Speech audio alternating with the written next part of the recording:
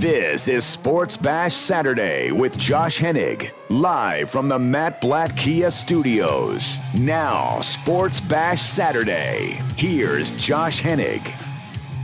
And we are back for another edition of Sports Bash Saturday here on 97.3 ESPN. Of course, the PlaySugarHouse.com text board is open, 609-403-0973.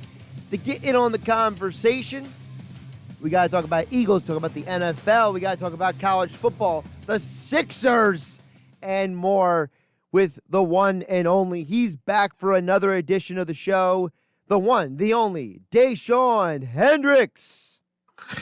Hello, hello, hello, and I'm here to drop nothing but truth, Josh, and I'm raring and ready to go.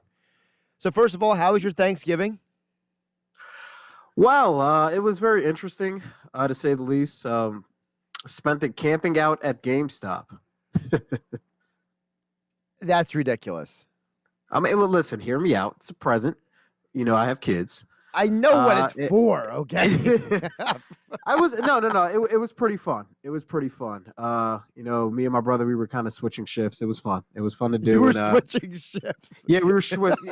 Obviously, come on. Do you think we were living outside for 2 days? No, we were switching shifts. But it was fun. It was definitely something that if you commit to it, you can have fun with it. Everybody out there was great. You know, we all got the systems, and you know, should be a good holiday period. Well, kudos to you for doing that, because I would have never done that, because in my opinion, what's the point of having a new system when the old system still works? But that's just me. I mean, you know, you're that guy, and there's always that guy. Yeah, and I am that guy, and I save money by doing that, but that's just me. But like you said, you have kids. I don't, so that's a whole different conversation. But anyway, speaking of what we spend and don't spend money on, we spend all of our time, you know, consuming all the sports that we do, right? And, you know, after Thursday, we know now the Eagles are no longer in the lead in the division anymore. It is now the Washington football team that owns the division lead. The Eagles are looking up at them for the first time since week 1 of the season. And, D, you know, looking at the Eagles now going into this game on Monday night, which nobody expects them to win, you know, this team is in a situation right now where it almost feels like it might be too late for them to salvage it, because of the fact that you lose to the Giants, you lose to the Browns. Those were the two games you were supposed to have a chance to win. And now you got the Seahawks against a potential league MVP candidate. And it just feels like almost like it's you almost should pack your bags at this point. Well, listen, I'm going to be real honest with you. The Philadelphia Eagles are in trouble. They're in trouble. When you look at this game Monday night at home against the Seahawks, they've always been a bad matchup. Russell Wilson extends plays. The Eagles, what is their best thing they've always done on defense for the last couple of years under Jim Schwartz? They pressure the passer. Russell Wilson does a great job of extending the play. So even when pressure gets there, unless you get home, which not a lot of teams do to Russell Wilson, he's going to make plays. And on the back end, if you're not named Darius Slay, you're usually giving up big plays. So then you couple that with the fact that you have a quarterback who's playing like the worst quarterback in football. He's a turnover machine. He's not going through his reads. His footwork is sloppy. And to be honest, he shouldn't even be starting. And it has the smelling of a 27-10 loss or a 33-13 loss, if you ask me. Yeah, we'll give our picks a little bit later in the show officially. But look, to me, I don't even know who to blame more at this point, because it's getting to a point, Dashawn, where, and I feel like I've been saying the same thing week after week. Yeah, Carson Wentz is a huge problem, but so is the rest of the team, because it feels like, that one game that Jason Kelce had a horrible 4 snaps. Doug Peterson of the team ready to come out of a bye week. He gets away from the run game in the second half of the Browns game. It feels like the team on offense is doing everything except for try to win.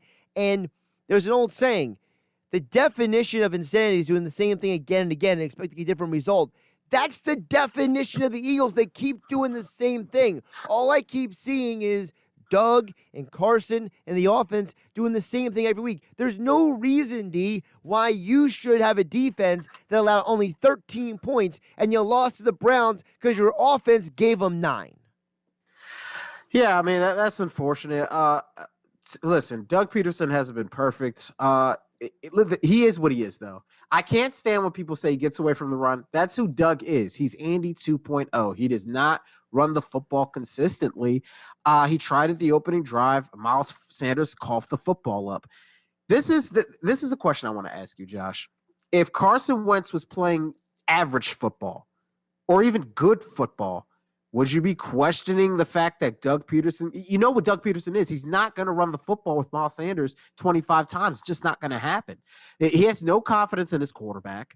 Carson Wentz is dinking and dunking all over the place when he does throw the football, which is limiting the offense more because this offense, people always talk about the Eagles don't have an identity. This offense was supposed to be a high-flying, push the ball deep down the football field type of offense. And when your quarterback is not only not accurate with the football, but turning it over, now you lose your identity and your offense looks vanilla, sloppy, and quite honestly, not like an NFL offense. You got Doug Peterson in his press conferences fumbling over his words. He doesn't know what's going on. He's basically just trying to give the status quo answer. This football team is lost. And is it all on Carson Wentz? No, because football is a team game. It's not all about one guy. But when you pay this guy to elevate your team, people say he doesn't have receivers. Last time I checked, the only receiver that's not healthy is Deshaun Jackson. And I love Deshaun Jackson, but he wasn't playing like the Deshaun Jackson we've grown to know over the last couple of years. Jalen Reagor's your first-round pick. I think he can play. Travis Fulgham was having a great stretch before Alshon Jeffrey came back on the football field and decided to just mull that all up. And then Dallas Goedert is a very capable tight end, had a big game last week. So you got to ask yourself, okay, are we using excuses for this guy because what he doesn't have? Listen, I don't want to be that guy, but I go back to what we talked about a couple weeks ago with Donovan McNabb. How many times did he throw to nobodies and lead this team to 11, 12 victories in an NFC Championship game appearance? You have to be fair when you're evaluating quarterbacks. Now, like I said, is it all on Carson? No. It's a team game. Doug Peterson can do more to help Carson out. But when you have that big of a hole at quarterback on your team, and this guy simply can't play, I call it like I see, he can't play right now. He's just not good. And that doesn't help factors. You can't keep scheming around the fact that your quarterback can't play anymore. Well, a couple of things I want to hit on what you said. First of all, with the receivers, you can't blame the receivers. You're 100% right. This is not a receiver problem. This is not like in past where you had among statistically the worst receivers in the NFL. Reagor is not being targeted enough. Okay, I think we all can agree on that. If anybody thinks that this kid can't play just because Justin Jefferson is playing well, let me tell you something, folks. If Justin Jefferson was on the Eagles, he's not running the same routes he's running in Minnesota because it's a completely different offense. So there's no guarantee he's putting up those numbers. You got to give Reagor a chance. Now, you mentioned the Alshon thing. I will push back on that because Alshon hasn't played enough snaps to take snaps away from Travis Fulgham. To me, the problem with Fulgham is that Wentz isn't looking his way, and the team isn't scheming enough for him to get open. I've heard multiple people say who analyze the tape that the Eagles are not scheming their receivers open. So to me, that's a coaching problem. Now, I don't know, is it Doug? Is it Aaron Moorhead? Is that Rick Scangarello? Is it the 2,200 people who are on the coaching staff who nobody knows what they're doing? I don't know, but I can't blame the receivers. I blame the coaching. I blame the quarterback. And I also blame the offensive line. You know, Jason Peters, I'm so glad he's moving the right guard because honestly, Jason Peters needs to be punched in the face by reality. This guy insisted on being out there at left tackle week after week, and he's been nothing but a mediocre turnstile half the time, and finally being kicked inside because he's got turf toe, because he has trouble planting on the foot that he needs to play left tackle. Well, maybe you should have told us that before you let Olivier Vernon and Adrian Claiborne eat you alive. I mean, I'm just so tired of this whole team having all these maybe it's just a bad year for the Eagles. Maybe it's just a down year. But at some point, these guys got to start taking responsibility, D. Yeah, and I agree with you on Jason Peters. He should have been cut 2 years ago, if you ask me. I know the organization has a lot of respect for him. I know I have a lot of respect for Jason Peters, but he can't play. Well, no, hold on. They don't have enough respect for him because a respectful, honest friend will tell you when you're messing up, okay? But so this isn't a friendship. This is a business. So obviously they don't respect it enough to be honest with him and say, Jason, you don't have it anymore. But this is the problem, and I think this is a organization problem, and it circles back to Carson Wentz also. You benched Maddox last week. You benched Peters last week. You're benching guys for bad play, yet you refuse to take out the quarterback who has continuously struggled week after week and has came in press conferences with that schnuck look on his face of, I'm going to keep pushing down the field. I'm going to keep doing this. I'm going to keep doing that. I got to get better. This locker room looks like they're looking at Doug Peterson like, are you going to hold everyone accountable? Like, I understand that the quarterback is the franchise. I understand all that. That comes with the territory. But this guy is not helping you win football games. Now, Doug Peterson wants to make the excuse of, we don't want to send the message that we're giving up on the season. Really? That's what you think of Jalen Hurts? That he's that bad that you're giving up on the season? Am I implying that Jalen Hurts comes in, wins out, and you guys win the division, look like a great football team again? No. But what I'm saying is this offense obviously needs a jolt. They obviously need a quarterback who is going to move the chains, a la Jalen Hurts can with his legs, and obviously sustain drives. This defense is not good enough to be on the field playing behind most of the game. This offense they're averaging like 8 points in the first half of football games this year. The last couple weeks, I think they've scored 0-3. It's been atrocious. At the end of the day, Doug Peterson has to look at himself and say, I know they don't want to pull the plug because once you bench Carson Wentz, it's pulling the plug. But there's no fixing a guy. Josh, I want to ask you a question. When is the last time a quarterback was this bad and was all of a sudden fixed? I mean, the first one that comes to mind is Ryan Tannehill. He was an abomination under Adam Gase, and then his whole career was revived from the pits of hell by the Titans. But my thing is Ryan Tannehill was never good. I mean, that's not true. He threw for 4,000 yards one season. I mean, okay, but Miami wasn't good enough to do anything. Well, Ryan Tannehill wasn't drafted to be the franchise quarterback. Well, he was drafted in the first round to be. Yeah, he was drafted in the first round to be the quarterback. But no one had high expectations for Ryan Tannehill. We're not comparing Adam Gase to Doug Peterson. Doug Peterson won a Super Bowl. Doug Peterson was successful with Nick Foles. You're right. You're right about that. But Tannehill, you don't draft a quarterback in the first round and expect him to be a bum. No, they don't. I'm not saying they expect him to be a bum. They expected him to be the quarterback, but my thing was he wasn't number one. He wasn't number two. When the Eagles traded up and got Carson Wentz, he was supposed to be, in their eyes, their best quarterback in franchise history. And he had success. He had injuries. He's regressed. And now everyone's talking about, quote-unquote, fixing him. Doug can't be the guy to fix him. I'm sorry. Last time I checked, Carson Wentz didn't play in the playoffs and win a Super Bowl. Doug Peterson coached and won the Super Bowl. Nick Foles played out of his mind with help from Doug Peterson, Frank Reich, etc. Even the year after, where there was no Frank Reich, for the people that wanted to say it was all Frank Reich, Nick Foles still played well, and with Mike Groh and Doug Peterson won a playoff game. It was a drop away from going to the NFC title game and possibly going back to the Super Bowl.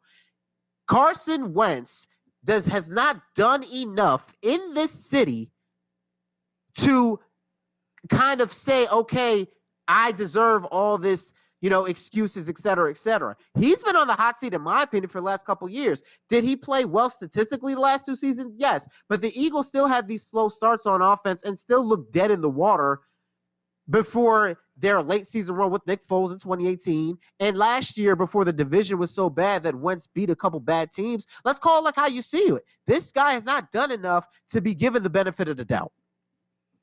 609-403-0973 is the PlaySugarHouse.com. Text board to get on the conversation, 609-403-0973. He's Dashawn Hendricks. I'm Josh Hennig. This is Sports Bash Saturday on 97.3 ESPN. So let's first deal with Doug. I've been saying that for as frustrated as I am with Doug, I agree with you on that. If you're going to pick one, you stick with the coach who got you to the championship. Because to me, and this is my opinion, and I've had a lot of people push back on me in this. You let me know what you think of this, D. I believe that it's easier to find a quarterback than it is a head coach. Because every year I feel like there's a couple quarterbacks who are drafted who are legitimate NFL starters. Every team who hasn't won a championship in the last decade or two is still searching for a coach. I mean, Matt Patricia took the Lions from an average team to a dumpster fire. Bill O'Brien got fired because he was a megalomaniac. Adam Gase is still cross-eyed over there in New York after being cross-eyed in Miami. I feel like it's so much harder to find the right coach. So to me, I can find another quarterback if Wentz doesn't work out. If Hurts doesn't work out, for example. I feel like there's way more good quarterbacks today than there ever been. Josh, that's such a great point. I don't know if I'll go that far. I won't argue with you about it because I feel like it's so close. Because Deshaun Watson is a franchise quarterback. I think we can all agree on that, right? But obviously Bill O'Brien couldn't coach himself out of his job. It was just despicable, the coaching job and the GM job that he did. Just say dumpster fire. You want to say dumpster fire. Come on, don't hold back. I want to say it.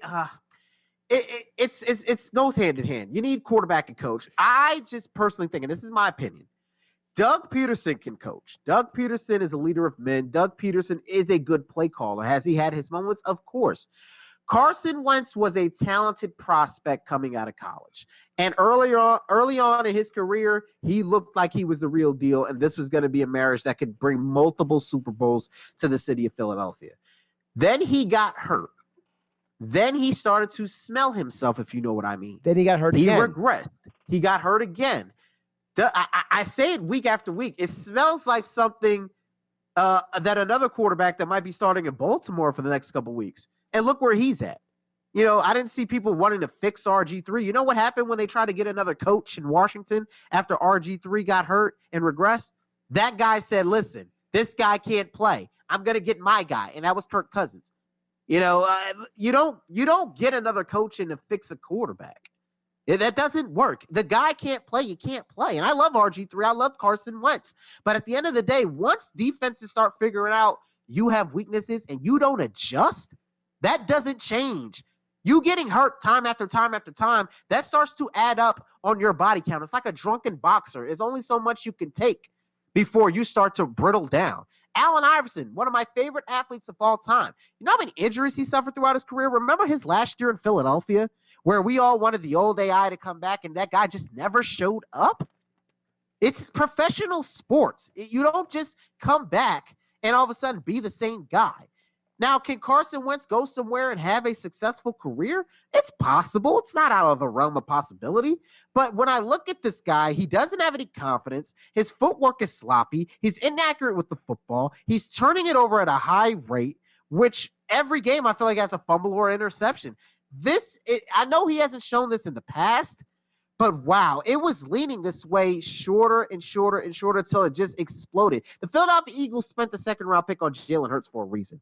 This wasn't something that they just said, oh, well, we're going to do it. They may have told the media that, but they saw this. They seen this coming, and now they're at a crossroads where they're paying this guy so much money, and technically they're still in the hunt, that they don't want to just bench this guy and Jalen Hurts just bomb on his face, and now you're looking at the organization, well, hey, we might have to look at Trevor Lawrence or Justin Fields.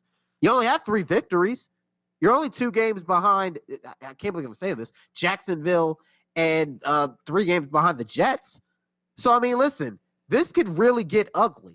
It's all gonna play itself out. I've said this week after week. It's gonna play itself out. And the Eagles have the murder's row coming up with Seattle, New Orleans, Green Bay, Arizona. Well, the weird part is that, and I can't believe I'm saying this, but the New Orleans game at least looks like less of a at least looks like there's gonna be less to be dumped on you because there's no Drew Brees. But I think it's already ugly. I don't think it's going to get ugly. I think it already is very ugly. And I think that, Doug Peterson is not helping the situation when he's fumbling over himself. I mean, I've never seen a less prepared coach for a press conference than I've seen Doug Peterson this year. I don't know if he's not listening to his PR staff, if they're not giving him the right information, but it feels like every day Doug is completely unprepared for what the media is going to bring up to him. And I feel like this organization, they don't seem to care about perception when they should, because perception becomes reality. And if the whole world thinks of you a certain way and you're like, well, we don't pay attention to the outside. Well, I'm sorry, but paying attention to the outside is a part of understanding how to communicate with people. Isn't part of Doug Peterson's job meeting with the media each week to communicate what is going on? So if he's incapable and the Eagles are incapable of communicating with the general public about what's going on, then we have other problems as well. This organization, aside from what's going on in the field. The field is like the real punch in the face. Now we're being kicked in the groin by these press conferences every day. Yeah, I mean, people want to talk about the organization. Listen, is Howie Roseman perfect? No. Can he get better? Yes. If you want to go in a different direction at GM this year, I guess I can't really argue that. But then you got to make the argument, is this GM going to want his own coach? You got to keep Howie and Doug together. They just won a Super Bowl a couple years ago. They've been in the playoffs the last 2 years. I think that was more of Howie and Doug than it was. Everybody wants to give Carson Wentz the credit last year at the end of the year. Yes, he did play well. I'm not taking anything from him. But Boston Scott stepped up. The defense started to make plays. Doug Peterson made adjustments. It wasn't the Carson Wentz show. And I think when people start to step away and say, listen, it's not all about Carson Wentz. If he plays garbage, okay, well, the team stinks. He plays well. Okay, he's great, but the team still stinks. No, look at it as a whole. Can the team get better around him? Of course.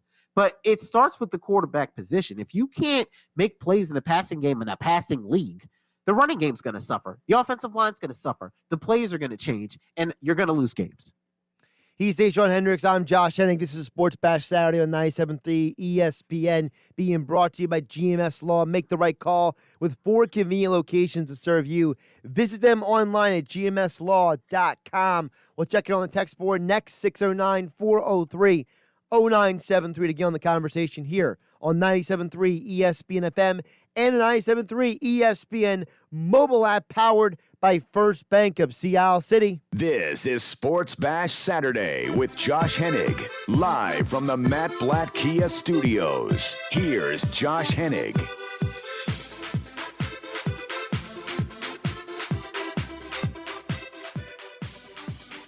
Carson's our guy. Carson's our draft pick. Carson's the guy that is going to carry us and lead this football team. And listen, everybody's entitled to their own opinion. Those aren't my words. Those aren't Howie's words, Jeffrey's words. Those are his words. I mean, I respect that opinion. Whatever he wants to say, that's fine. And we're going to remain friends. It doesn't bother me one way or the other. All I know is that Carson Wentz is our guy. That was Doug Peterson when he was asked for the third time about Brett Favre's comments about Wentz. Was that this week or that was a couple weeks ago? That was about a week and a half ago. Yeah, I mean, this week his press conferences were different too. They said, is Carson your starter? He said today on Wednesday, yeah. Well, I agree with what Rob Motti said, though, about that later, because Rob Motti said he doesn't think Doug understood the question, which is first of all, it's horrible that Doug doesn't understand what's being asked of him. But it's also bad that the coach doesn't know how to respond properly. He has to be asked a question multiple times now. He's been asked about Wentz in multiple press conferences. He has to be asked 3 times the same question 3 different ways to get an answer out of him because he doesn't understand what's being asked of him. It's like Doug is disconnected from reality when it comes to the quarterback. Yeah, I don't buy it. I think he knew exactly what was going on. I just think that he was trying to save himself. I think Carson will start on Monday night, but I do believe that his leash will be short. Got a couple texts in at 609-403-0973 on the text board, 609-403-0973. Let's get a couple of texts here. I want to get them in order they came in here, so I don't want to go too crazy out of order here because a couple of different ones came in. Dan from EHC has a theory he wants me to run by you, okay? All right. He says Hurts is the guy the Eagles drafted that Doug wanted. He thinks that the Eagles are protecting Hurts and they're letting Wentz go out there and get beat up by this offensive line. That Hurts is the future starter. We have to be patient, and that the Eagles are letting Wentz take the beating so Hurts doesn't get hurt. 25%, I can believe that. I think that more so, I think they'd be doing a disjustice for Hurts because if that is the case, you would want him to get reps. He's a mobile guy. Maybe, yeah, he would get beat up, but I think that him getting game experience with his teammates, especially the young guys like Goddard and Rager, Fulgham, building a rapport. And I'm all going with the scenario, by the way. By no means do I think this is what they're doing, but that would benefit him more than protecting him. And I mean, obviously, if you go to Hurts and Hurts plays well, you have a situation where you want to unload Wentz. And the only way to do that is to make sure Wentz isn't hurt again. So I don't see them really doing that, but I wouldn't rule it out. Now, my working theory is, because this is the only thing that makes sense to me, okay? I think that part of the reason why we haven't seen more of Jalen Hurts is because he did not have the benefit of a regular offseason, rookie minicamp, OTAs, etc. And that, maybe he's not as up to speed on the playbook as maybe the Eagles would hope he would be if they had a regular offseason. That's my only working theory, because the only reason why he's not out there, because, for example, the Eagles talked about, remember Taysom Hill, right?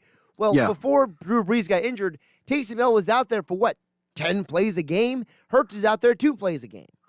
Yeah, I don't buy that. I feel like that the Eagles are trying to protect Wentz more than Hurts. I think they don't want to disrespect Carson Wentz and have this guy come out and keep having positive plays when Carson Wentz is playing so terrible. They don't want the noise for Jalen Hurts to keep growing. I think that's what this is really about. Every time Hurts goes out there and he does something good, whether it be running for a first down, he throws a guy open, or whatever the case may be, it allows for Carson Wentz to sit on the bench or more and more. You want to give Carson every opportunity to play his way back into this thing before you totally pull the plug on him. I think that's more so what it is. I do think last week they were trying to protect Hurts. It was rainy. It was a muddy game. His game is more of running. You don't want Hurts getting hurt. I do believe that, though, they are trying to get him more on the field. But I think it has more to do with the fact that they don't want to just totally rip away the remaining 5% of confidence that Carson Wentz has by keep putting this guy in the game to make plays, and when he does, make plays. 609-403-0973, the PlaySugarHouse.com text board. Glenn and EHT chimes in, says, I couldn't agree with you more, Dashawn. The only thing Wentz has done is sign a big contract that buys him time and that gives him the benefit of the doubt. His play on the field has not lived up to that contract for sure. The more I watch Wentz, the less special he looks. I have to totally agree. I mean, everybody wants to call me a Wentz hater. I've been banging on the door for Carson Wentz for the last 4 years. This year, I watched a guy that totally looks lost. Now, everybody wants to say it's 1 year. No, I mean, I found myself making excuses for this guy the last 2 seasons. Obviously, when the organization drafts a guy in the second round, they believe that this isn't the guy. And we were talking about in the offseason, everybody wanted to kind of, hush it. But that's what the organization believed. That's honestly what they believed. I don't care what they tell you. You don't draft a quarterback in the second round. What happened when they drafted Kevin Kolb? Yes, McNabb had a couple more seasons, but they were eventually getting ready to give Kolb the reins. It's not about this guy's feelings or we drafted this guy. The NFL is about a business. Can you play? Can you consistently lead your football team to victories? Everybody says, well, Matt Ryan and Matthew Stafford had long leashes. Yes, because even though their teams weren't winning, it wasn't because of them. For years and years, they were the consistent players on their football team, throwing for yardage, leading their teams back. It's not their fault that their organizations failed to put talent around them or build good enough defenses, et cetera, et cetera. This football team isn't as bad as it looks on film or on the field. They are a turnover machine on offense. This is what the Eagles are, and they've been this way since the Super Bowl season, since we're going to be so honest. You watch the Philadelphia Eagles on Sundays. They start out scoring no points on offense in the first half, occasionally kicking a field goal here and there, 3-and-outs, turnover, sacks, 3-and-outs, turnover, sacks. The defense keeps them in the game for the most part. Late in the third quarter, the offense finally wakes up because usually the other team is up 14 to 17 points, starts to play prevent. Then Carson Wentz starts to make throws, and everybody starts to get excited again. The Eagles score just enough points for you to look at a team that beat you 24-17, 22-17, whatever the case may be, and we're having the same conversation the next week. That's basically what they've been the last couple of years, and people don't want to admit it. I don't know about the last couple of years, because I think the last 2 years before this year, there have been very different circumstances that led them to the deep and bad parts of the season before they turned it around. Josh, when was the last time this offense was a consistent top 10 offense? 2017. 2018 and 2019, it was the same slow starting offense. Yeah, but part of that also is the play calling. Part of that is they had receivers who are bottom 5 in the NFL in catches per target, the most drops in the NFL. So it wasn't always just the quarterback. No. I'm not blaming Wentz for all of that, but I'm saying he played a part in it. Him holding onto the ball or things. He wasn't the problem the last 2 seasons. I think that, they needed better skill positions, injuries, et cetera, et cetera. But you saw the flaws in his game, the bad footwork, the Brett Favre hero throws that were supposed to start getting cleaned up. The problem wasn't so much his on-the-field play the last couple of years. It was more that he couldn't stay on the field. And now you couple that with the fact that he can't play when he is healthy. I mean, now you got a sour grape, and it's not looking good. 609-403-0973, theplaysugarhouse.com. Text board. Brad in PA has a question. He says, do you think Doug Peterson has total control in deciding whether or not to replace Wentz, or does Howie and Laurie have final say? Now, I'm glad Brad brought this question up, D, because it's been suggested by a lot of people who cover the team that Doug and Howie don't have as much decision power as maybe people thought on certain things. It's been suggested that Howie didn't want to draft, for example, a J.J. Arcega-Whiteside. It's been suggested that, Doug didn't want them to draft certain players or didn't sign certain players. It's been suggested that Jim Schwartz asked them to sign certain players and the organization didn't do it. So there is some lingering thought out there that the coaching staff really isn't as much in control as maybe we thought they should be. I don't buy that. When what starts to stink, everybody wants to point the finger at everybody else. Howie, Doug, they have the power. I'm not buying that. Super Bowl winning coach, a GM that was being applauded for one of the best GMs at football. They have the power. Now, does Doug just have the power to bench Carson? Yes, he's the head coach. He's won a Super Bowl. He has the equity in the organization to kind of do as he pleases, in my personal opinion. Will he just do that without making a conversation with Howie and Jeffrey? No, he's one of those guys that I think would go to Howie and Jeffrey, and they would make a group collaborative organization effort to either bench Carson. Now, if Carson Wentz does get benched, I don't think it'll be, we're moving on from Carson Wentz. They won't say that publicly, but they'll say they're going to give Jalen Hurts a chance. Carson needs to get his head right. They'll say all those things, or he'll have a quote-unquote back injury, something of the sort, But I believe that they won't come out and say it. But if let's play hypotheticals. If they do bench him, he does play, and Jalen Hurts shows any promise, and this offense hums with him at quarterback, then you have a real problem, because now you're looking at a situation where you're going to try to move him. I know the contract's big, but could you imagine going into next offseason with a quarterback competition on your hands in 2021 between those two, and Carson Wentz loses out? Now how you going to move him? This could get really ugly. So I think the Eagles are hoping and praying that Carson Wentz comes out of this and looks anything like the Carson Wentz of old. I don't think you have a quarterback competition next year. I think. Well, I was only saying that if Hurts plays and he plays well, you have to have a quarterback competition. Hurts doesn't play well, win you 5 games, you get into the playoffs or whatever the case may be, and then you just say, okay, well, Wentz got his head straight in the offseason. You don't do that. That's not fair to Jalen Hurts, who played well on the field. I'm only saying that if Hurts plays and he plays well. Well, okay, so here's the thing. I wanted to bring this up really quick, and I'm not saying this is going to happen, but the Eagles could trade Wentz. Now, the prerequisite is they have to trade him after June 1st. Because if they trade him after June 1st, it's much less of a cap hit. But I could see them trading him if things don't go as they hope. I could see that happening because at least there you can get some value in return for him. And, there's always some coach out there who thinks I'll be the coach to unlock him. And guess what? Phillip Rivers is getting old, and Frank Reich needs a quarterback in Indianapolis. Yeah, I mean, Doug and Frank are buddies. I mean, everybody looks at that as the logical spot. I don't think they would be the only landing place. You've had unnamed scouts come out and say that they still think that Carson Wentz is a top 10 quarterback. People love this guy, and rightly so. He was a talented prospect. I just don't think that he works here. More so because you drafted a quarterback in the second round. I mean, listen, here's the reality in the National Football League. Jalen Hurts was the runner-up for the Heisman last year. He put up incredible numbers at Oklahoma. Even when he was at Alabama, he was winning football games. He's been a winner everywhere he's played. If Josh McCown is still your backup, or dare I say Nate Sudfeld, are you calling for Carson Wentz? And everybody says this, are you calling for Carson Wentz to get benched? Probably not, because you don't want to. You know what Josh McCown is. You know what Nate Sudfeld is. They're not good quarterbacks, or they're average quarterbacks, or they're older.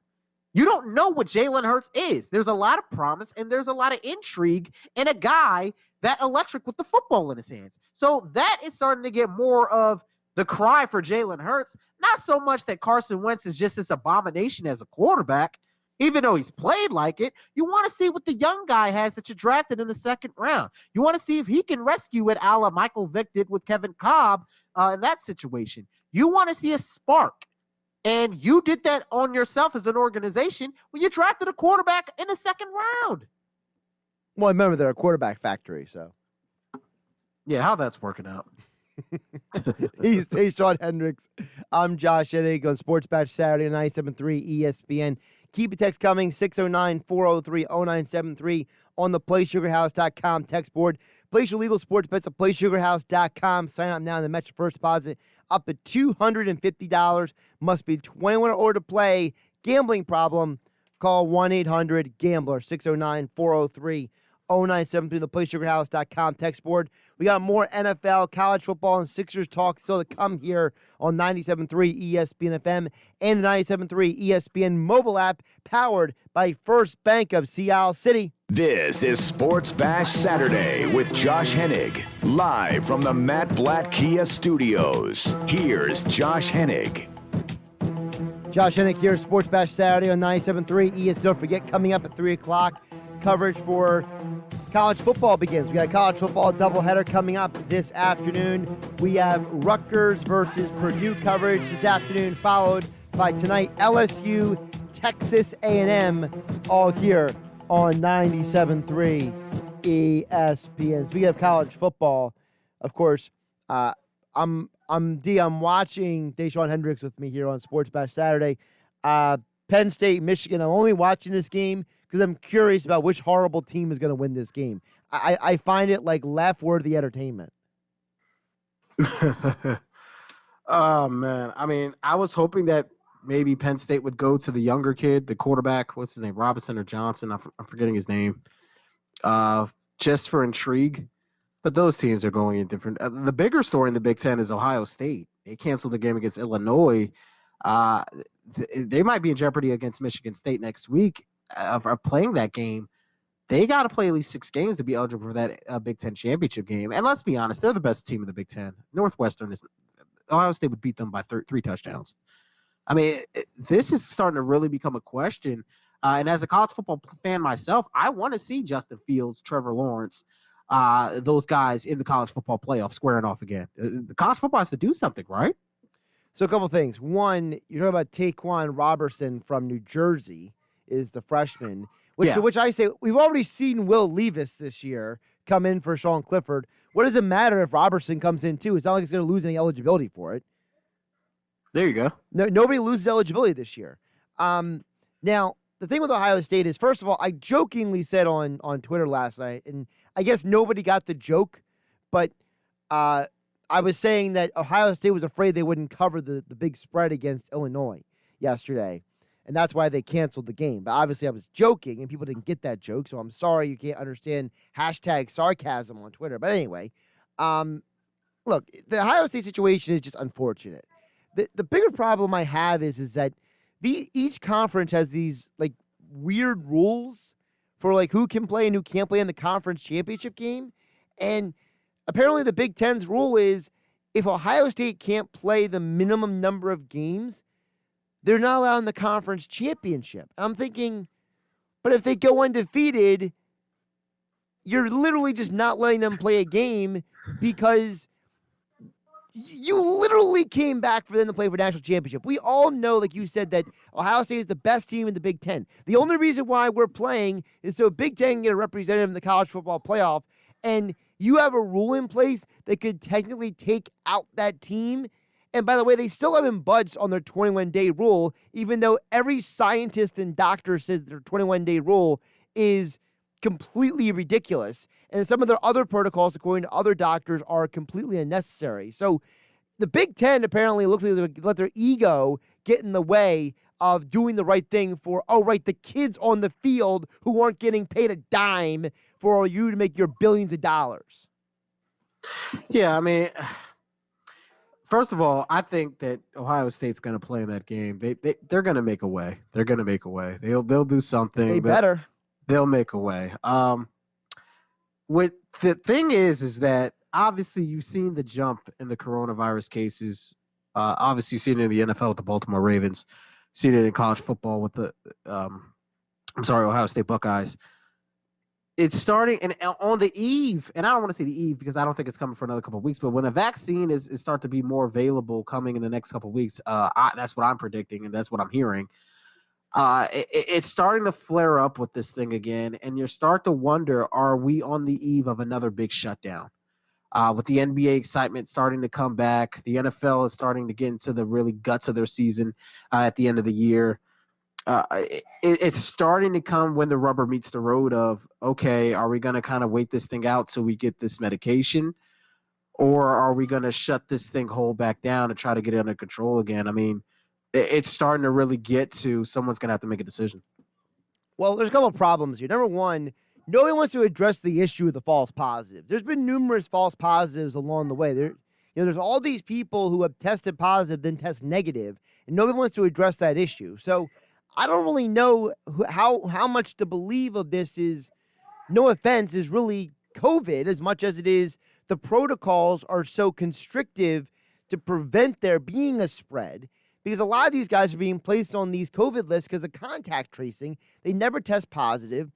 Kendrick Bourne is apparently trying to, sue the doctors in the NFL because they were going to keep his check away from him because he couldn't play, and they finally gave him, the 49ers broke protocol and paid him anyway for not playing that game, even though he was on the COVID list, because it was a false positive. So, there are situations with this stuff where we don't really even know if some of these guys are genuinely, I don't know all the details. I don't know exactly who's positive and who's negative because they're not obligated to tell us. We only know some of it because the reporters get the information. So how am I supposed to be sure, Dashawn, with any of this stuff, how much it is COVID, how much of it is protocol, and how much of it is contact tracing, and how much of it is a false positive or, the nose test, the saliva test, which lab is better than which. We know each league has an agreement with each lab, and each lab has a different procedure.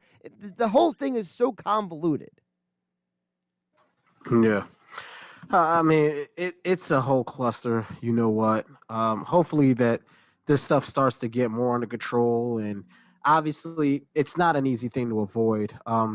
As fans, you hope that these players and these coaches take care of themselves because at the end of the day, they have a job to do to entertain the public and go out there and compete and stay healthy, not only for the fans, but for themselves and their families. But this is not an easy thing to get over. This whole pandemic has been hard on everybody involved. I don't want to sit here and say that this group of people is more important than this group. Everyone involved has had to deal with this thing, and it's been tough on everybody. And I always pray every day, and I hope every day that we're nearing the end of this nightmare. But it's just been hard on everybody involved, and you just hope for the best. I mean, Lamar Jackson, one of the most exciting players in the National Football League, tested positive for COVID-19.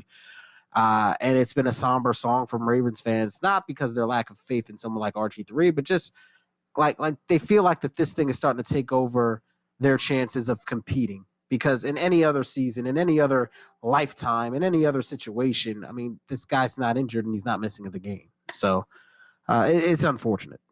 It's unfortunate, but I hate to be the pessimistic guy, but the problem to me isn't that this thing isn't going to be over. The problem is how this whole vaccine, all these cures are going to be distributed. Because, listen, anytime, not to get off of sports, but anytime, money and politics gets involved, a lot of the water gets muddied. And, I got the feeling that, a year from now, the world's going to be a different place. It's going to be better. But how we get there, it's going to be sloppy. Let's just put it that way.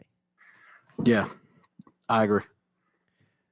Josh Hennig, Dashawn Hendricks here on 97.3 ESPN. We still got to talk some more NFL coming up the other side. There was some news that came out today. The Steelers have placed more guys on the COVID list as well for contact tracing. So it looks like that Baltimore Steelers game is in complete jeopardy right now for Tuesday. They might have to just postpone the game altogether. We know the players are fighting to play because, remember, if they don't have a game, they don't get paid. And that's why guys like Eric Ebron and others are, punching the send button on Twitter because they're trying to make sure the public knows that they could lose a game check for this. So the players are trying to make sure that they find a way to get this game in no matter who has to play. So, yeah, James Conner apparently just tested positive.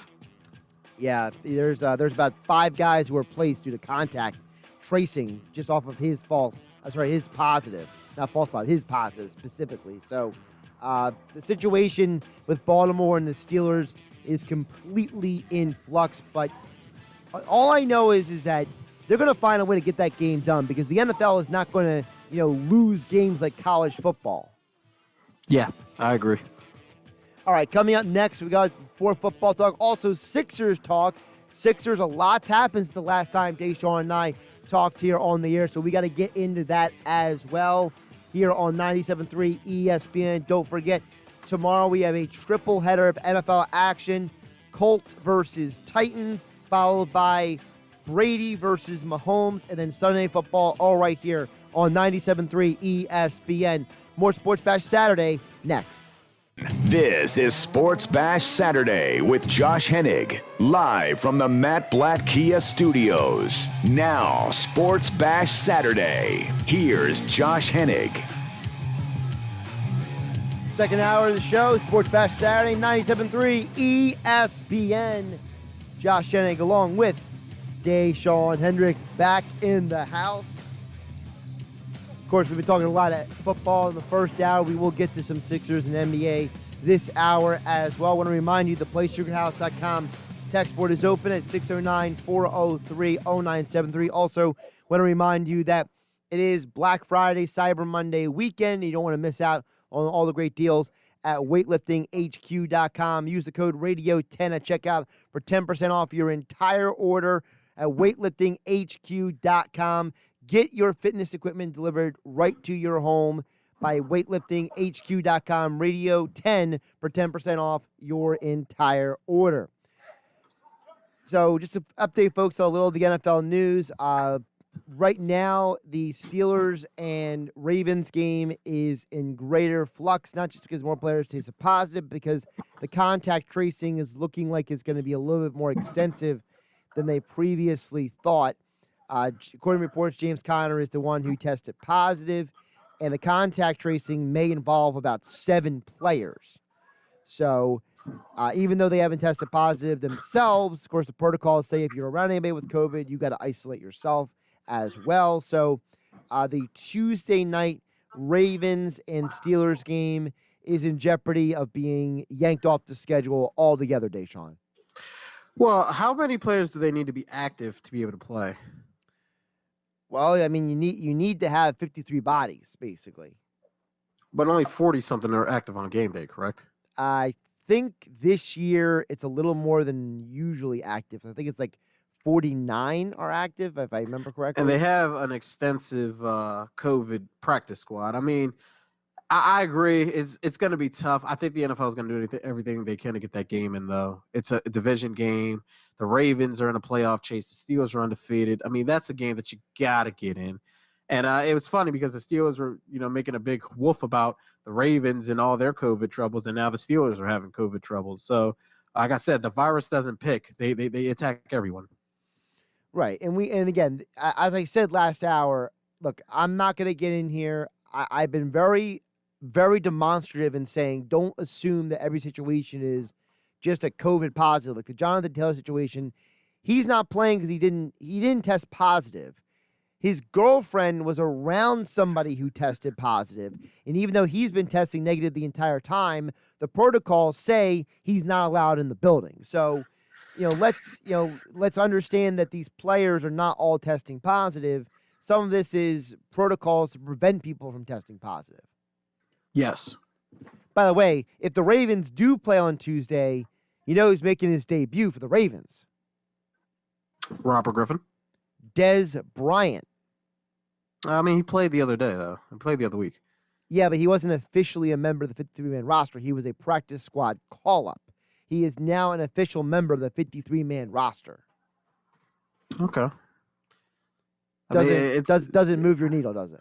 No, I mean, I seen him catch a pass in the game against Indianapolis. I'm sorry, not Indianapolis. Tennessee the other day. So, I mean, to me, he was playing. So. Okay, well, he wasn't getting paid regular football money. to do that. Well, his money means nothing to me. Sorry. Listen, I just like seeing the guy get an opportunity, okay? Yeah, I mean, I love to see him get an opportunity. I like that. I felt bad for him when he got injured with the Saints, when he came in and practiced that 1 week and got injured and he was done for the year. So, yeah, that sucked. you know, I just remember him coming into the league, how the whole world was basically trying to ruin his opportunity to play football because of these stupid NCAA rules, because everybody was out to get him. The stupid questions he was asked at the combine that were completely inappropriate. How when he got into the league, everyone was trying to yank at him. The Cowboys went out of their way to help him. And he had a good, solid career in Dallas, and then injuries caught up to him, and now he's finally healthy, and I'm glad to see him back out there playing football. Yeah, I mean, selfishly, I want to see RG3, get another shot to start in the NFL. I mean, I'm not happy that Lamar got COVID, but it'd be awesome to see RG3 get another opportunity. I mean, I stated earlier when I was talking about Wentz, I've always been an RG3 fan, and I think that he's a guy that can still play at some type of level in this league. So, selfishly, I do want to see the game.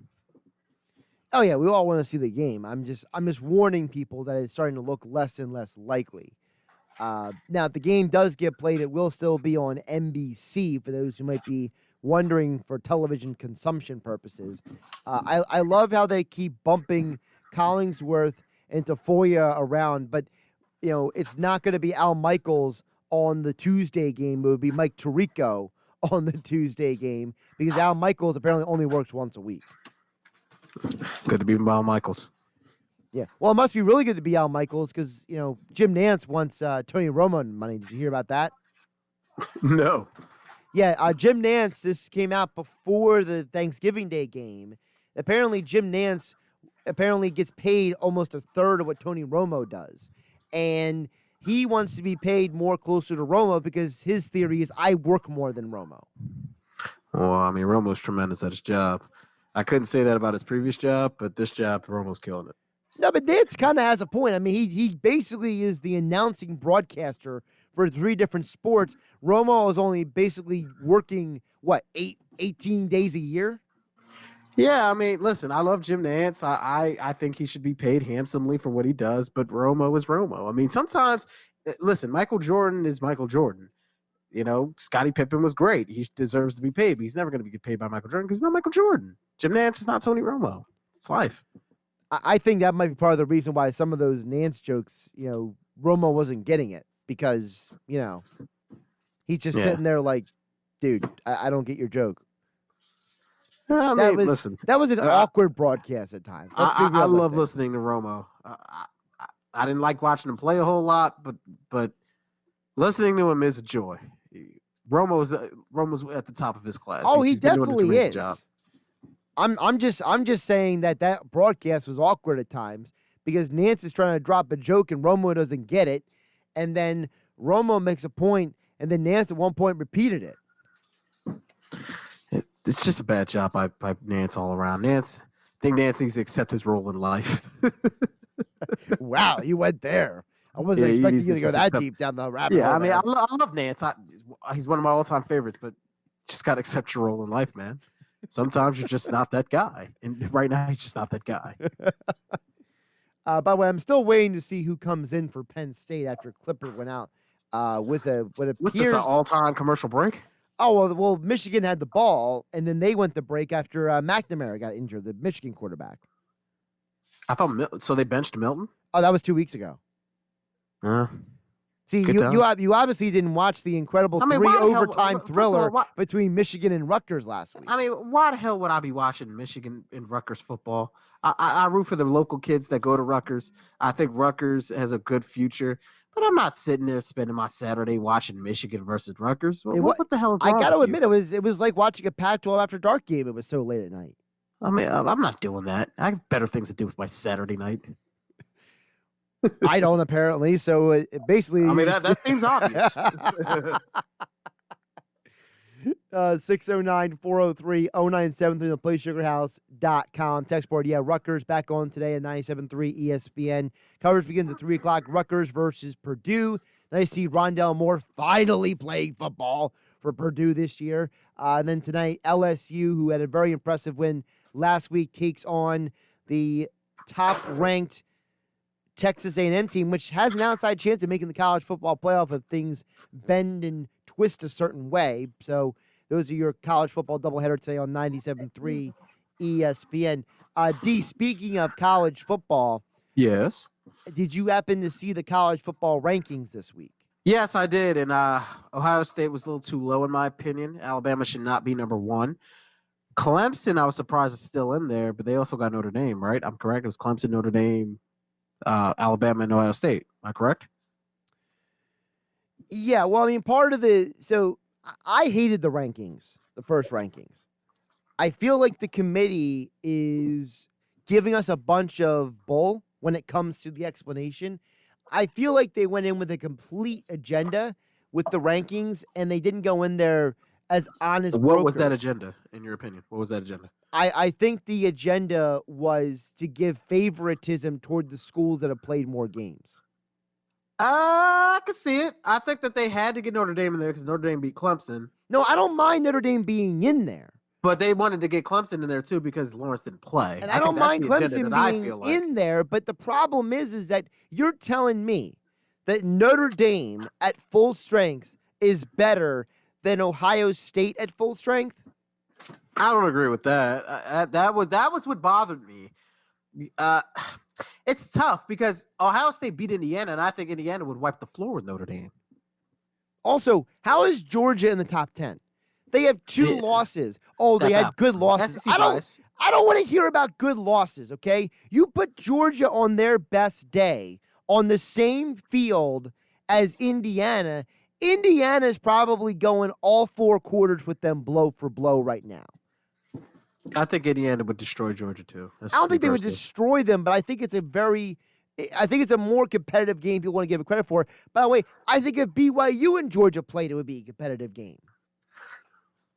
I'd probably take BYU. I'd take BYU. I'm not a Georgia guy. I don't think Georgia's a good football team. I think that they're good for the SEC. They play a certain type of way. I don't think Georgia's that good, honestly. They literally were telling everybody, because if you look how high they had Georgia, for example, at 9, which I think is absolutely despicable and disgusting of them to basically disrespect so many other schools by having them that high. But also, you look at the other 2 lost teams that they had high on that list, it just feels like they're sitting there and they're saying, oh, well, Oklahoma and Georgia and Iowa State, you all have 2 losses, but those are 2 good losses because you actually played football and the other schools didn't. A plan I would propose, and they'll never do it, but post-COVID, I think, what do you think about like an 18 mini NCAA tournament college football style? Listen, I would love it. I would love it. I'm all for it. I've been for the 8-team concept for years now. But I mean, like, you would actually seed these teams though by record, not by the committee, by record. Like if all teams are undefeated, okay, I think that's pretty impossible for all 8. But I mean, I guess you could go to the committee. But could you imagine number 1 Clemson playing number 8 BYU or number 8 Georgia or something like that in the first round of the tournament? Or how about Cincinnati playing one of those teams? Cincinnati's good, man. Yeah, I'm all for it. I mean, I'm sure a lot of the listeners would be interested. Now, it'd be tough to do, now. But I mean, like post-COVID, when things hopefully go back to normal, that'd be something that. Well, here's what they should do as well, because now that Oregon lost, there's only one Pac-12 team that really has a legitimate shot. So the Pac-12 has this new rule, right, that if anyone has an open slot on their schedule, they can schedule somebody. BYU needs to go out and schedule Oregon. Oregon just needs to have an opponent drop off, let Oregon and BYU play, right? If BYU beats Oregon, they automatically get in the top 10. And then have Cincinnati travel to a Pac-12 school and play one of them. And if they beat them, then put Cincinnati ahead of Texas A&M. That's what I would do. Yeah, I mean, I'm with it. I think college football needs a little more juice. They need a little more juice. They need more flexibility. The egos of these conferences is disgusting. They all think they're better than each other. It's like, dude, get over yourself. I want to take this opportunity, Josh, to toot my own horn. College basketball has started in full swing, by the way. And who is the guy I've been telling you to look out for the last 2 seasons, Josh? Do you remember? Do you listen to me? Let's see this. Do you remember? Well, first of all, Clifford just scored a touchdown, so I guess his knee isn't doing that bad. You told me about I a can't believe you're kid. still watching the game. You told me about a kid who was being recruited 2 years ago. Is that what we're talking about? Yes, he is the number 1 overall recruit, and he will be the number 1 overall pick in next year's NBA draft. I remember you telling me about him, but I don't remember his name. Cade Cunningham had a double-double in his first game, 21 points, 10 rebounds. I believe he plays again tomorrow, I believe. This guy is a 6'7" point guard with Ben Simmons-like vision, but this guy can shoot. He shot 2 of 5 or 2 of 4, I believe, from the three-point line the other day. He's got good form on his shot. He's a freak train in open court, agile. This guy is going to be the number 1 pick next year, and NBA teams will be lining up to be corny for Cunningham or something like that, I think they're starting to say. Well, nobody cares about Ben Simmons' vision because he doesn't score, so nobody cares about anything else that he does. So that might be a negative against Cade in the eyes of basketball fans. Well, Ben Simmons' vision means the guy can pass at an elite level. Well, I mean, depends on who you ask. Some people say he's just a guy, Dashawn. Well, I mean, I'm gonna listen. Do you want me to give you the caveat or not? I mean, the guy's a great player. This draft is supposed to be deep. You got B.J. Boston, who looks great for Kentucky, can really shoot it. Jalen Green is going to be on the G League select team. I don't know what they're doing as far as that type of season. Well, they announced that the G League is going to be in a bubble down in Georgia. They're going to have a bubble season for the G League, so that way they keep everyone protected if teams need to call up players.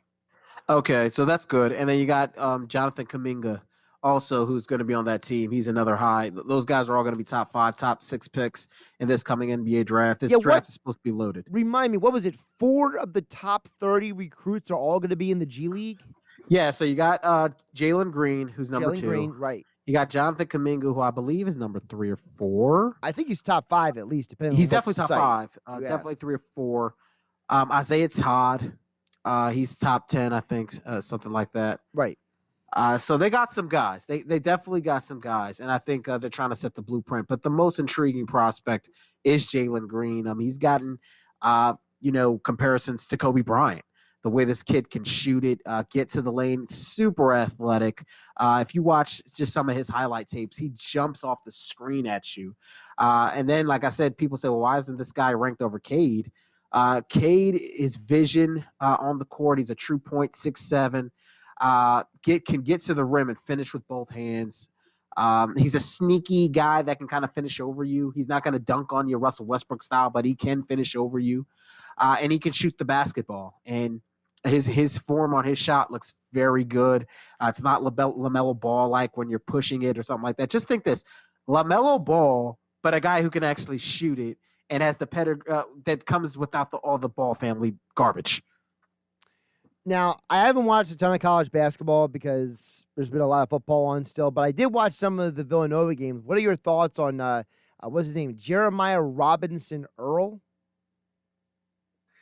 I like. He's a good guy, good kid. Are you asking me his NBA potential or just how he looks in college? Well, both. You give me your full breakdown for the Villanova faithful out there. Well, listen, he's going to be one of those glue guys in the league. All Villanova guys are going to be glue guys in the league because they're going to be greatly coached by Jay Wright. They're shot makers. Jay Wright's not going to, scout guys and put guys in his program who can't shoot, so they're going to spread the floor and play hard on the defensive end. I mean, Sadiq Bey, Miles Bridges, all those guys. Mikal Bridges, I'm sorry. They can shoot, 3-and-D guys. So. Is he going to be a top 10 pick? I don't think so. This draft is very deep, but if he plays well and he's going to on a Villanova team that I think is going to be there at the end, he has a chance to probably sneak into the lottery. He's not a guy that I can't see being good in the NBA. He has the potential, he has the tools. Do you agree that there are experts who say that the 2021 draft will be deeper than this year's draft? Oh, without a doubt. I mean, Caleb Love, another guard, plays at the University of North Carolina, just had 17 points in his first game the other day. He's another guy, can finish with both hands, got good speed, shoot the basketball, really put pressure on the defense. And you're talking about that guy is maybe the third or fourth or fifth guy drafted. Jalen Suggs from Gonzaga, who's the favorite right now to win it all in college basketball. He had just had 24 points the other night against Kansas. I mean, he's super athletic, a dual sport athlete, played high school quarterback, and was one of the first players in the state. I'm sorry, I forgot where he came from, but to win Player of the Year for both football and basketball. So you're going to have a lot of guys in this upcoming draft that teams are going to identify as franchise changers. And Oklahoma City and New Orleans are going to have all the picks because, they made all the trades. But this is going to be a deep draft. And if you're drafting at the top, you have a chance to get a franchise changer.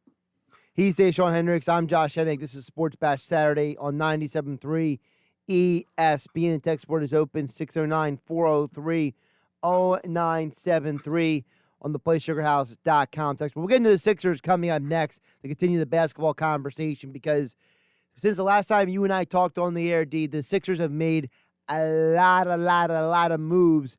And I got to admit, I'm liking what I'm seeing so far. We'll get into that coming up next here on Sports Bash Saturday on 97.3 ESPN FM and the 97.3 ESPN mobile app powered by First Bank of Seattle City. This is Sports Bash Saturday with Josh Hennig, live from the Matt Blatt Kia Studios. Here's Josh Hennig. Sports Bash Saturday here on 97.3 ESPN. 609-403-0973 on the PlaySugarHouse.com text board. We've been talking a little bit of Eagles, talking a little NFL. We did a little college basketball. Now we'll flip it over to the Sixers because since the last time Dashawn and I talked about the Sixers, the draft did not happen yet. There's been trades. The whole offseason has happened, Josh. Yeah, it's been a wild offseason so far for the NBA in general, which I love it, but you know what? I still prefer when it's a little spread out, so hopefully next offseason we'll get a little bit less congested with it and a little less chaos, but it's okay. At least for this offseason, it gives us something that, to really cut our teeth on. Speaking of cut our teeth on, I got to tell you, man, Daryl Morey, he looks legit.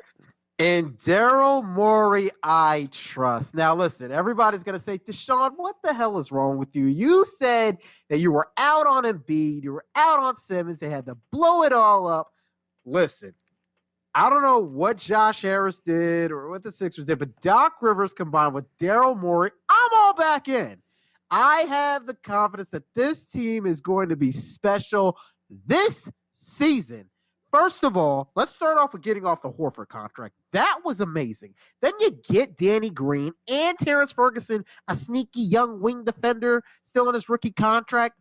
With that trade, you only give up a protected 2025 first-round pick and a second-round pick. Sign me up. That's a great trade. Then you draft I had two guys in mind, besides Tyrell Taylor, two guys in mind that the Sixers had to draft.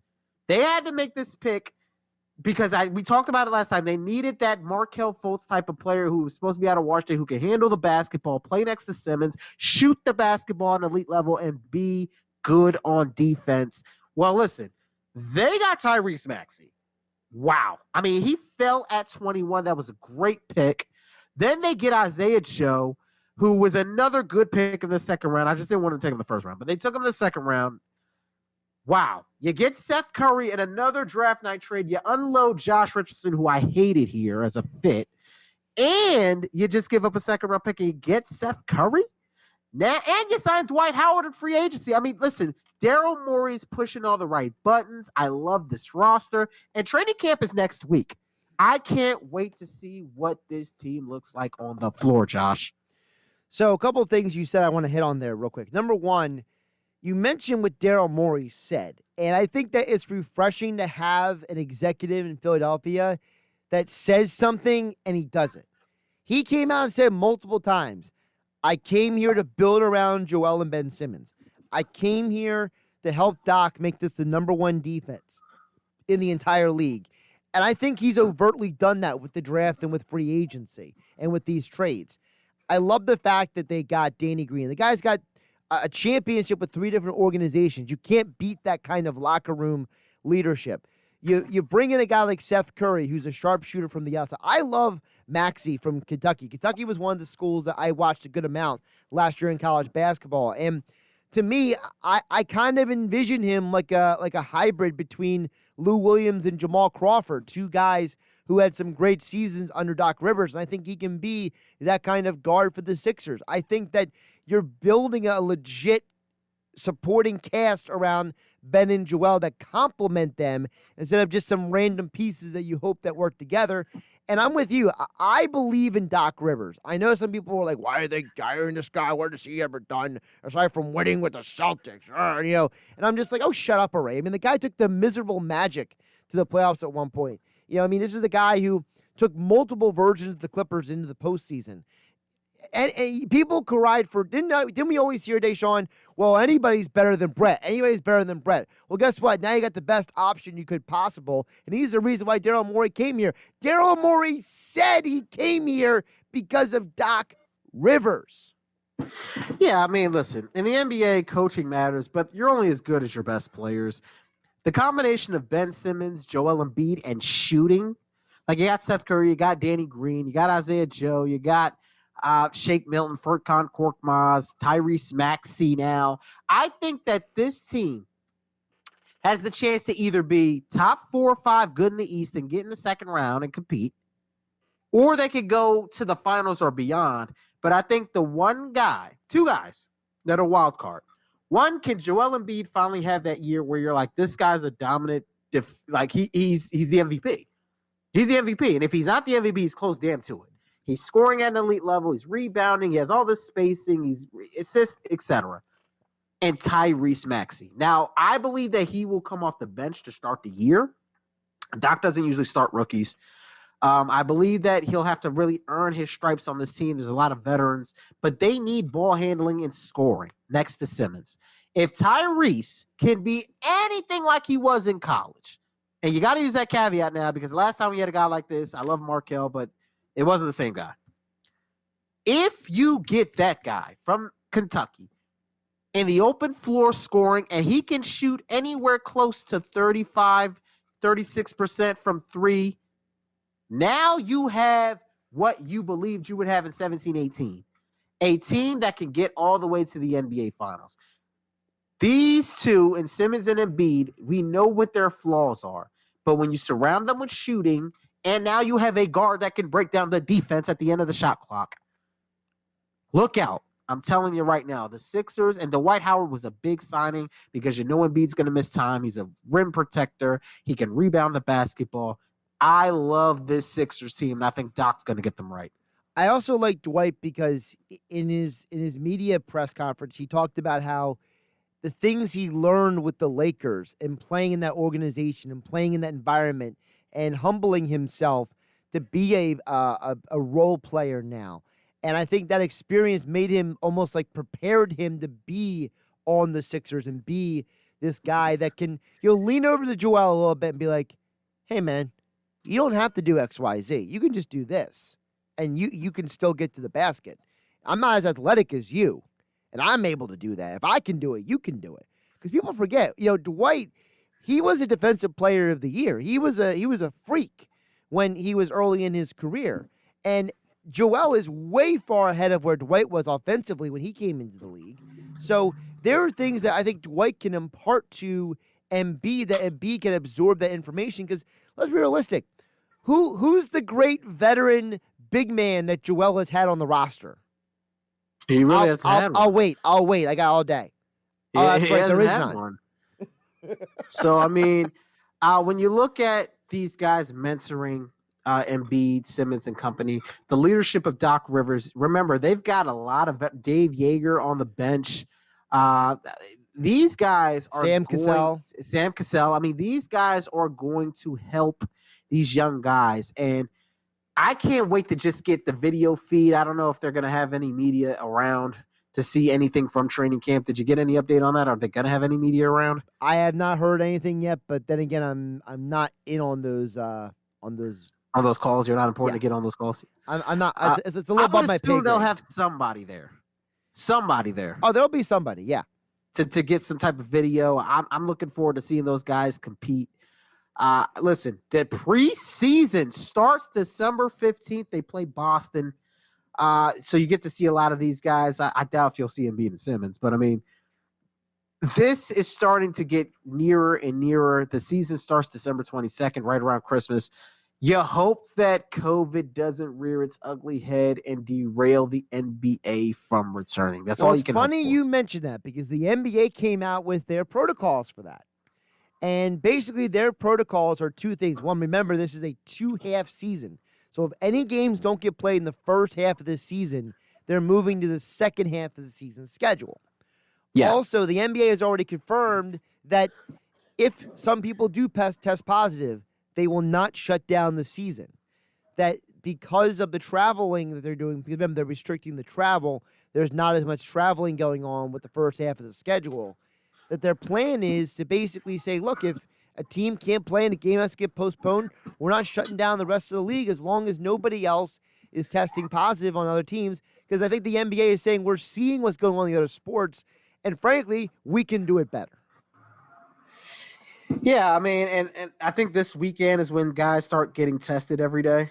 Mm-hmm. So, I mean, the NBA, I know they were in a bubble, but they did a good job of kind of controlling the spread and being responsible, et cetera, et cetera. Like I said, you trust that these guys are going to stay protective, not only for themselves and for the fans, but their families more importantly.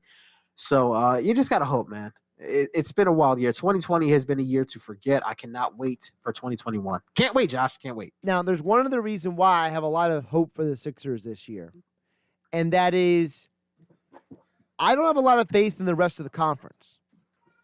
I still do not believe that this Durant, Kyrie Irving thing is going to be as great as everybody says it's going to be. We haven't seen it yet. We don't know what that's going to look like. We don't know what Steve Nash, the head coach, is going to look like with Mike D'Antoni looking over his shoulder on the bench. I'm not 100% convinced the Bucks have done enough this offseason to make them that much better than they were last year. I love Drew Holiday, but, not getting Bogdanovich up there is a big loss. I think the biggest upgraded team this offseason was the Hawks. I think they've had some incredible upgrades. I mean, can you imagine? They're a playoff team. They're a playoff team. Can you imagine now Rondo and Trae Young in a backcourt together? I mean, that's going to drive people nuts. Chris Dunn, Danilo Gallinari. I mean, they're a playoff team. Yeah, and I think that obviously there's always a team that didn't make the playoffs the year before, then make it the next year in the NBA. It's a very quick turnaround league. And I think that you're going to see some of these teams take a step back. I don't know what we're getting from the Nets. I don't know if the Raptors are even going to make the playoffs now because there's no Serge Ibaka. Marc Gasol left. So you lose basically almost the whole front line of that team. Do you got a list right now? Who made the playoffs in the East last year? This will be real quick. Number one was the Bucks. They'll make it again. Number two was the Celtics, I believe. Was it the Celtics? Number two? I think Celtics were 3, Raptors were 2. The Raptors were 2. I don't know about I got it now. Okay, there you go. So Bucks were 1. They'll make it. Raptors 2. I think they're out of the playoffs. I'm with you. I like Siakam. I like Van Vliet. I think they're good. I don't think they make it. Celtics are 3. They're in. They're in, yeah. Pacers are 4. They're out. If they make it, they're like a 7 seed, right? They're out. I got them out. You got them out altogether. Yeah, I think Oladipo will be traded. I think they're going to blow that thing up. They're out. They're done. Heat are in next year. They're 5. Yeah, Miami's in. Miami's in. Sixers were 6. We know they're in. Yeah, they're in. The Nets were 7. They're in by the talent. Yeah, they're going to be in. And then 8 were the Magic. I think they're in. I think they're in, but I think they're kind of like they're going to still be in that range. I think they'll be 6 or 7. So what you're looking at is 2 teams that made the playoffs last year that won't make it this year. I've got the Hawks. Definitely the Hawks. Who didn't make it? Detroit's not making it. They're rebuilding. What about the Bulls? Do they take a step? No, I don't think so. I think the Raptors might get in by default. I think they'll get in by default. I don't really see another team besides the Hawks that are really good. I think Charlotte's a couple years away. I was gonna say no faith in LaMelo Ball there. I think LaMelo will be good, but that team, I mean, they're going to win 28 games. Okay, so let's just go off of that. So, realistically, the biggest threats for the Sixers in the East at this point are the Bucks, who I don't think they did enough to upgrade this offseason. I don't know. That Nets team, man, they got continuity, and if Durant looks anything but like do they have continuity? We haven't seen them play yet.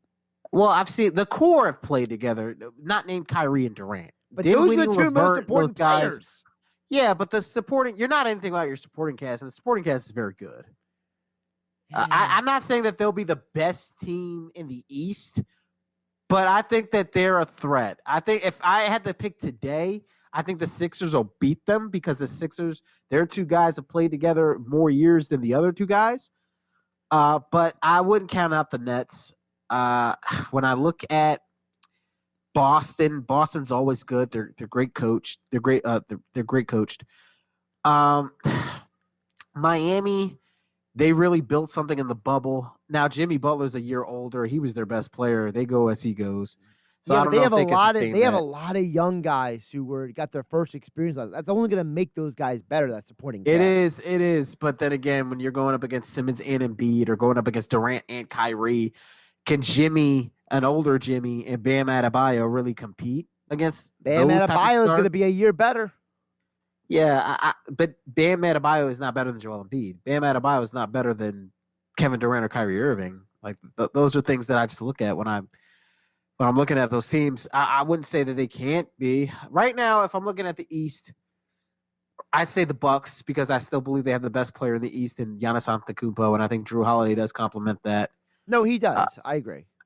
But after that, I think you could put the Sixers or the Nets or Boston there or Miami. I think that it's going to be a dogfight in the East. But whoa, that Western Conference, Josh. Whoa. Hey, man, the Lakers and Clippers are both loading up. You have, I don't even know what we're getting from the Jazz this year. I think Dallas and Denver the Mavs are going to be interesting. Clippers. I think Dallas and Denver are better than the Clippers. And don't forget about Portland. I think Portland will be a lot better. I think they'll be a lot better. Don't underrate. Don't underrate Golden State. I know Clay got hurt, but James Wiseman and the Suns. The Suns just got Chris Paul. Chris Paul. The Utah, Donovan Mitchell, and Rudy Gobert are still there. I think the Rockets blow it up with Anthony Edwards. Can they build that big three? The West is loaded. It's loaded. Zion's coming back healthy. So can the Pelicans, and Brandon Ingram just got a big contract. They're looking at him as a piece. Listen, the NBA is going to be something to watch this year. Let's just hope that we get to watch all of it on time. I think we will. I think that things are going to get better, and I think the NBA, because they were one of the first sports to come back, they have a better grip on how to do this than almost anybody does. So if everything stays status quo, when will they plan for the draft? If the season's going to run into July? I believe the draft would be, as of right now, the end of July or early August is the last thing I read. Because they're trying to get back on the schedule. They're trying to start again in October next year. Right, which I don't agree with. I think they should stick to a December through July schedule. That's just me. Yeah, but they're trying to get back on the regular schedule. I would hope it's in July. Don't push the draft. The draft being pushed back was terrible last year. You mean this year? I'm sorry, this year. Yeah. Sorry, I'm already thinking of 2021. What day is it? What time is it? Where am I? Yeah, it's been a rough week. You got too much tryptophan swirling in your veins after sitting outside of GameStop. Yeah, it was well worth it though. It was well worth it. He's Dashawn Hendricks. I'm Josh Hennig. Sports Bash Saturday on 97.3 ESPN, being brought to you by GMS Law. Make the right call with 4 convenient locations to serve you. Visit them online at gmslaw.com. Text board is open, 609-403-0973 to get on the conversation.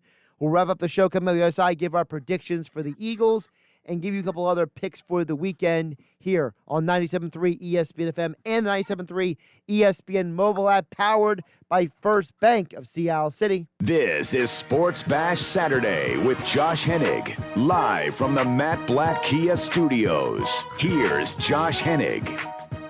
Final segment of the show, Josh Hennig, Dashawn Hendricks.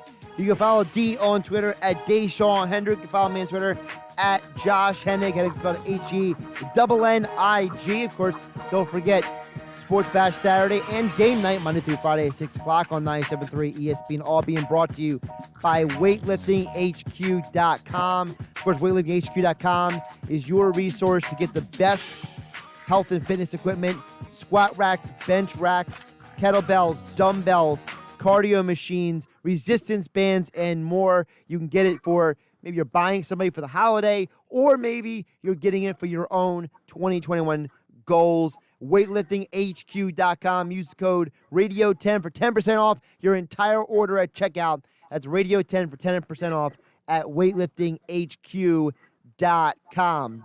Dashawn and I will get to our picks coming up here in just a moment. Before we get to our picks for the weekend, I did want to touch base with you about one more little item. So here's the thing. So as we know, tomorrow, no Eagles game. It's Monday night.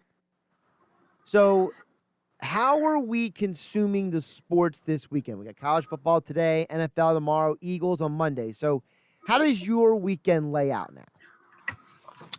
Well, usually I'll catch up with college. I got some things to do today. So, I mean, I'm going to be Twitter watching for scores and stuff like that. The Ohio State game, it sucks that it's not going to happen. Don't really have any other games I really want to see today. So, I mean, Saturday's probably going to be more of a family day for me. Iron Bowl, Egg Bowl. Nah. I'm not really interested in those games because I kind of feel like I know the outcome, if that makes sense. Auburn and Alabama. Alabama, to me, they're just better than any other SEC team, but I don't think they're good enough to really compete for a championship, if that makes sense. Tomorrow, there's some intriguing NFL action. Brady Mahomes. Brady really needs a win, and Mahomes is great. So, I mean, that is exciting. I'm on the Kyler bandwagon. I want to see how he bounces back from a disappointing Thursday Night Football loss last week to the Seahawks. Obviously the Tua situation with the Dolphins, how does that carry on, and can he get back on track? So there's some storylines tomorrow to look into. And then you got Monday Night Football, where all eyes is on the Philadelphia Eagles and Carson Wentz and how they respond. And hopefully, you get to Tuesday and you see if the Ravens can get a big win against the Steelers and then that winning streak. So next couple days are pretty much planned out as long as everything goes according to plan. But as we know, 2020 never goes according to plan. Got a lot of news for you. Speaking of the Dolphins. Okay. Tua has been downgraded to doubtful for Sunday's game versus the Jets. Wow. What's going on with him? I thought he wasn't hurt. Schefter just dropped that bomb on all of us. Do you think he's really hurt, Josh? Okay, so the fact that you didn't give a definitive yes gives me my answer. No, I don't. I think he's having trouble with the offense. Okay, my personal belief is that Tua is not as far along as he should be because he had to do so much rehab, and I genuinely think that he functions much better as a spread quarterback than as a pro-style quarterback. And when they have to slow down the offense, it takes away his quick twitchiness when it comes to his decision-making, because he's much better at making decisions when it has to be 1-2 out than it has to do with when he has the longer he holds the ball. Because the longer he holds the ball, the more he overthinks. Tua looked good the last couple of weeks. I mean, they lost last week, but you know how that Denver He did not game look good last week.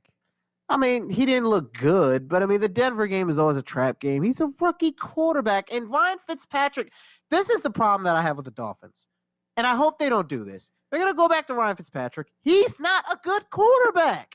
He may have played well in spots, but you know what Ryan Fitzpatrick is.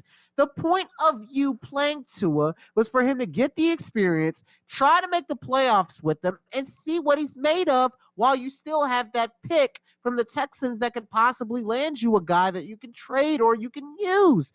Don't fall into the Fitzmagic garbage and start that guy and get disappointed. Because I'm telling you right now, Miami Dolphins fans, you're going to be disappointed. He disappoints everybody. The official report is that he has a thumb issue. That is bull. Apparently he's having trouble gripping the football. That's what the report I'm reading here is. Okay. Whatever that means. I don't know. Let's see if he's even active on Sunday. Well, can you imagine if Ryan Fitzpatrick throws 4 picks and the guy that can't grip a football is hurt, but the Dolphins have already elevated Reed Sinnett from their practice squad. Who? Who? Reed Sinnett. Reed Sinnett, yes. How much are the Jets underdogs? I'm taking the Jets. How much are they underdogs? How much do I get on the money line if I throw $50 on the Jets? Yeah, this is looking more like a Jets win to me. Oh my goodness. I'll have to double check that spread real quick. Give me your Eagles pick, official pick. That's easy. 33-13 Seahawks. 33-13. It's not going to be close. 33. 33-13. They're gonna start talking about the Ravens, Steelers, whatever is happening at halftime of Monday Night Football. It's not gonna be good. I'm trying to get this thing up here. Start Russell Wilson a new in tab fantasy. over here. Hell, start the Seahawks defense in fantasy this week because you know he's gonna throw them all. Jets are currently a +6.5 underdog. How much are they on the money line? If I put 50 on the Jets, how much money am I winning? So Vegas has smelled it out. They already know. They only give him 6. You're really going to disrespect the Dolphins' defense that much? No, I'm going to disrespect Ryan Fitzpatrick that much. You're disrespecting the Dolphins' defense. I mean, whatever you want to call it. Money line is +240 at certain books. 245, others 235. So it's in that range, like 240, 245, 235. Putting money on the Jets money line. Fitz magic. You're nuts. By the way, I am picking the Eagles to lose on Monday night. Give me a 28-14 Seahawks. So we both have them scoring like 13, 14 points. I'm glad we're on the same page. Yeah. I also have Auburn covering the 24-point spread against Alabama today with no Nick Saban out there. Me too. If the Eagles lose, is Wentz starter against Green Bay? Depends on how they lose. They're scoring 14 points. It's pretty bad. Well, if Wentz throws no interceptions, He's Dashawn Hendricks. I'm Josh Hennig. Thanks for listening to Sports Bash Saturday. Have a great weekend, everybody.